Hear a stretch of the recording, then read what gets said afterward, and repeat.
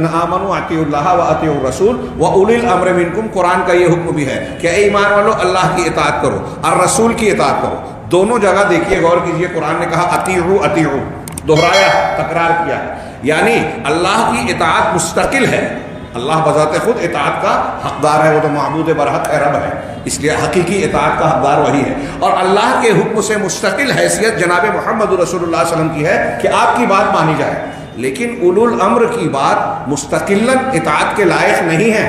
इसलिए यहाँ अतीउ नहीं कहा, अतीउल्लाह व अतीउ रसूल व अतीउ उलिल अम्र नहीं कहा, बल्कि व उलिल अम्र मिनकुम कह के इन दोनों इताअतों के ताबे बनाया कि अल्लाह और रसूल की इताअत असल में की जाए और उलुल अम्र की इताअत इनके दायरे में की जाए, इनकी मातहती में मुताबाअत में की जाए।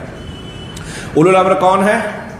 लंबी चौड़ी बहस का मौका नहीं है, या तो हुक्काम या उलमा, इनसे इताअत की जाए। और उसके फ़ौरन बाद कहा, कुछ लोग इसको तकलीद की दलील में पेश करते हैं कि इस आयत से तकलीद साबित होती है कि अल्लाह की इताअत, रसूल की इताअत और उलुल अम्र में उलमा भी शामिल है, लिहाजा इमाम हनीफा, इमाम शाफी, इमाम मालिक, इमाम अहमद की जो 4 अइम्मा की तकलीद होती है वो इसमें दाखिल है।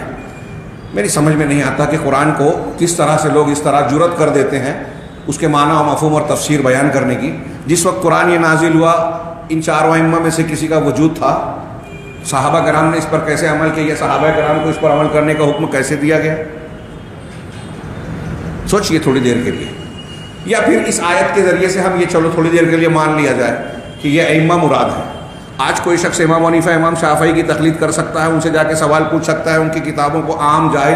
हम जब तकलीद की बात करते हैं तो मुक़ल्लिदीन ये कहते हैं कि आम आदमी कुरान हदीस नहीं समझ सकता इसलिए तकलीद करता है। तो सोचिए कि क्या आम आदमी जो कुरान और हदीस नहीं समझ सकता वो हज़रत इमाम अबू हनीफा, इमाम मालिक, इमाम शाफी, इमाम अहमद की किताबों को, फ़िक़्ह की उसूलों को समझ सकता है?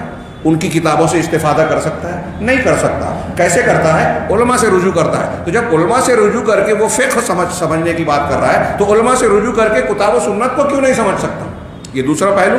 तीसरा पहलू ये कि जब अल्लाह की इताअत पहले है, रसूल की इताअत उसके ताबे है, फिर इन दोनों की इताअत के ताबे उलुल अम्र की इताअत है, तो क्या उलुल अम्र की इताअत का इतना ज़्यादा माना हम बयान करें कि अब अइम्मा की बात मानने के लिए अल्लाह और रसूल की बात को रद्द कर दें, जैसा कि अहले तकलीद करते हैं?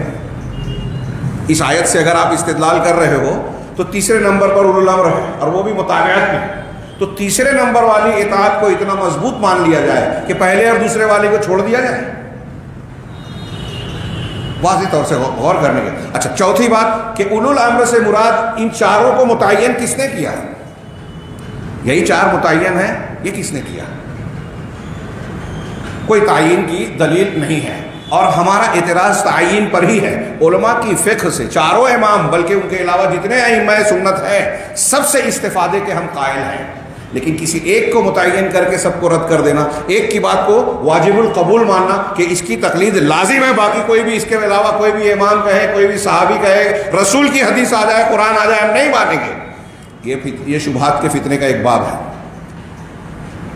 तो अल्लाह ताला ने जो कहा उलुल अम्र की, उसके फ़ौरन बाद कुरान की उसी आयत में कहा गया फ़इन तनाज़अतुम फ़ी शैइन फ़रुद्दूहु इलल्लाहि व रसूल।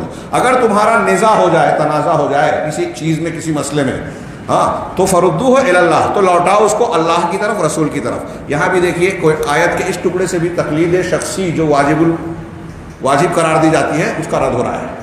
अल्लाह की इताअत करो, रसूल की इताअत करो और उलुल अम्र की। अब अगर इख्तिलाफ हो जाए तो अल्लाह और रसूल की तरफ लौटाओ। क्या मतलब हुआ इसका? अल्लाह की इताअत, रसूल की इताअत। अल्लाह से इख्तिलाफ हो सकता है? कोई मुसलमान अल्लाह से इख्तिलाफ करेगा या करने की गुंजाइश है? सवाल ही नहीं। रसूल से इख्तिलाफ की गुंजाइश है? सवाल ही नहीं। तो अब तीसरा जुमला है उलुल अम्र और उसके बाद तनाज़ा हो तो क्या करना है ये बताएं। तो इसका मतलब इन तीनों में से तनाज़ा या झगड़ा किससे होगा? अल्लाह से गुंजाइश नहीं, रसूल से गुंजाइश नहीं, उनसे तनाज़ा करके कोई आदमी का ईमान ही सलामत नहीं रहेगा। इसका मतलब ये कि उलुल अम्र से इख्तिलाफ हो सकता है। कुरान की ये आयत बता रही है कि आप अगर तकलीद का माना ले लो भी लो तो अहले तकलीद के यहाँ तो अपने इमाम के हुक्म की या उसके इज्तिहाद की मुखालफत जायज़ ही नहीं है। उसूल में ये तकलीफ दिया गया कि मुक़ल्लिद के लिए उसके इमाम का कौल ही दलील है।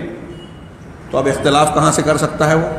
मतलब आपका बनाया हुआ ये उसूल कुरान की तालीम के ख़िलाफ़ है। قرآن کہہ رہا ہے کہ اولو الامر سے اختلاف ہو سکتا ہے، اور جب اختلاف ہو تو کیا کرنا ہے؟ لوٹانا ہے۔ کہاں لوٹانا ہے؟ اللہ کی طرف اور رسول کی طرف۔ اللہ کی طرف لوٹانے کا مطلب اللہ کا کلام قرآن، رسول کی طرف لوٹانے کا مطلب اللہ کے رسول صلی اللہ علیہ وسلم کی احادیث صحیحہ ثابتہ۔ اس کا مطلب یہ بھی ہوا کہ ہمارے درمیان جو بھی اختلاف ہو رہا ہے اس کا حل اللہ اور رسول کے پاس یعنی قرآن اور حدیث میں موجود ہے۔ تھوڑی سی بحث پھیل گئی اصل موضوع سے، لیکن یہ بھی متعلق اس کے درمیان آتی ہے، حکمہ کے معنی میں بھی میں کر رہا ہوں، علماء اور ائمہ کے معنی میں بھی۔